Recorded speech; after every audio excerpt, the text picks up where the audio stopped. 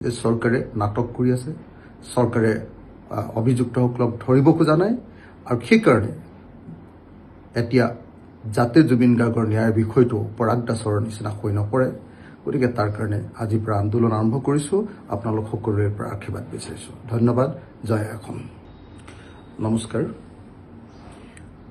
শ্ৰদ্ধেয় ৰাইজ, আপোনালোকৰ আশীৰ্বাদ বিচাৰি মই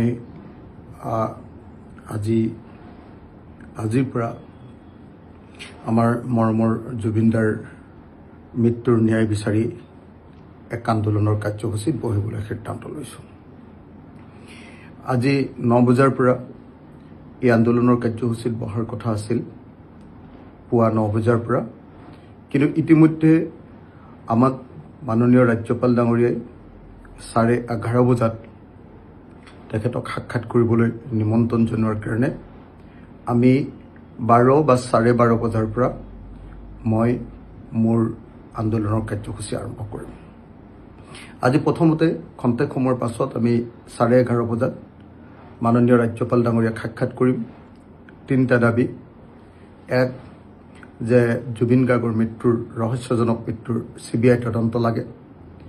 2, CBI তদন্তই নহয়, এই গোটেই কাৰবাৰটোত নৰ্থ ইষ্ট ফেষ্টিভেলৰ গোটেই কাৰবাৰটোত ফাইনেন্স কোনে কৰে, তাৰ অৰ্থনৈতিক কাৰবাৰবিলাকৰ ওপৰত EDৰ তদন্ত লাগে। আৰু তৃতীয়, কিন্তু আটাইতকৈ গুৰুত্বপূৰ্ণ আৰু আটাইতকৈ জৰুৰী আখু দাবীটো হ'ল যে অনতিবিলম্বে এই যিকেইজন মূল অপৰাধী সিদ্ধাৰ্থ শৰ্মা, আপোনাৰ মহন্ত আৰু তাত যিবিলাক মানুহে তেওঁৰ লগত সাঁতুৰিবলৈ গৈছিলে সেইসকলক গ্ৰেপ্তাৰ কৰিব লাগে।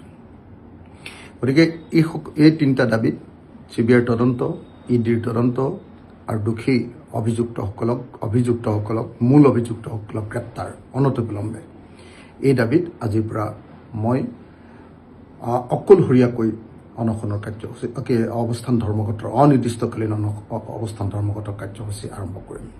মই ভাবোঁ যে চৰকাৰে নাটক কৰি আছে, চৰকাৰে অভিযুক্তসকলক ধৰিব খোজা নাই আৰু সেইকাৰণে এতিয়া যাতে জুবিন গাৰ্গৰ ন্যায়ৰ বিষয়টো পৰাগ দাসৰ নিচিনা হৈ নপৰে, গতিকে তাৰ কাৰণে আজিৰ পৰা আন্দোলন আৰম্ভ কৰিছোঁ। আপোনালোক সকলোৰে পৰা আশীৰ্বাদ বিচাৰিছোঁ। ধন্যবাদ। জয় অসম। যে চৰকাৰে নাটক কৰি আছে, চৰকাৰে অভিযুক্তসকলক ধৰিব খোজা নাই আৰু সেইকাৰণে এতিয়া যাতে জুবিন গাৰ্গৰ ন্যায়ৰ বিষয়টো পৰাগ দাসৰ নিচিনা হৈ নপৰে, গতিকে তাৰ কাৰণে আজিৰ পৰা আন্দোলন আৰম্ভ কৰিছোঁ। আপোনালোক সকলোৰে পৰা আশীৰ্বাদ বিচাৰিছোঁ। ধন্যবাদ। জয় অসম। নমস্কাৰ। শ্ৰদ্ধেয় ৰাইজ, আপোনালোকৰ আশীৰ্বাদ বিচাৰি মই আজিৰ পৰা আমাৰ মৰমৰ জুবিনদাৰ মৃত্যুৰ ন্যায় বিচাৰি এক আন্দোলনৰ কাৰ্যসূচীত বহিবলৈ সিদ্ধান্ত লৈছোঁ। আজি 9 বজাৰ পৰা এই আন্দোলনৰ কাৰ্যসূচীত বহাৰ কথা আছিল, পুৱা 9 বজাৰ পৰা।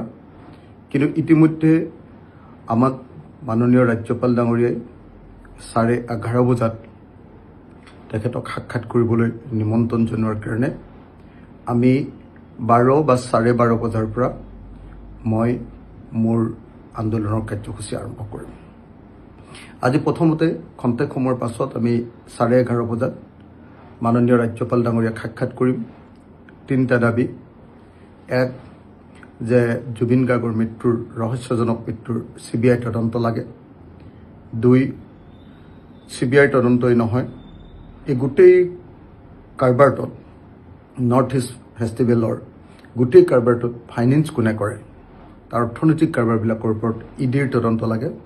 আৰু তৃতীয়, কিন্তু আটাইতকৈ গুৰুত্বপূৰ্ণ আৰু আটাইতকৈ জৰুৰী আখু দাবীটো হ'ল যে অনতিবিলম্বে এই যিকেইজন মূল অপৰাধী সিদ্ধাৰ্থ শৰ্মা, আপোনাৰ মহন্ত আৰু তাত যিবিলাক মানুহে তেওঁৰ লগত সাঁতুৰিবলৈ গৈছিলে সেইসকলক গ্ৰেপ্তাৰ কৰিব লাগে।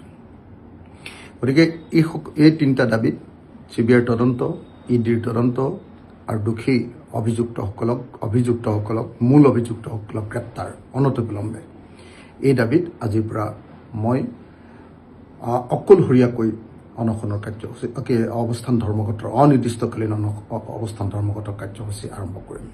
মই ভাবোঁ যে চৰকাৰে নাটক কৰি আছে, চৰকাৰে অভিযুক্তসকলক ধৰিব খোজা নাই, আৰু সেইকাৰণে এতিয়া যাতে জুবিন গাৰ্গৰ ন্যায়ৰ বিষয়টো পৰাগ দাসৰ নিচিনা হৈ নপৰে, গতিকে তাৰ কাৰণে আজিৰ পৰা আন্দোলন আৰম্ভ কৰিছোঁ। আপোনালোক সকলোৰে পৰা আশীৰ্বাদ বিচাৰিছোঁ।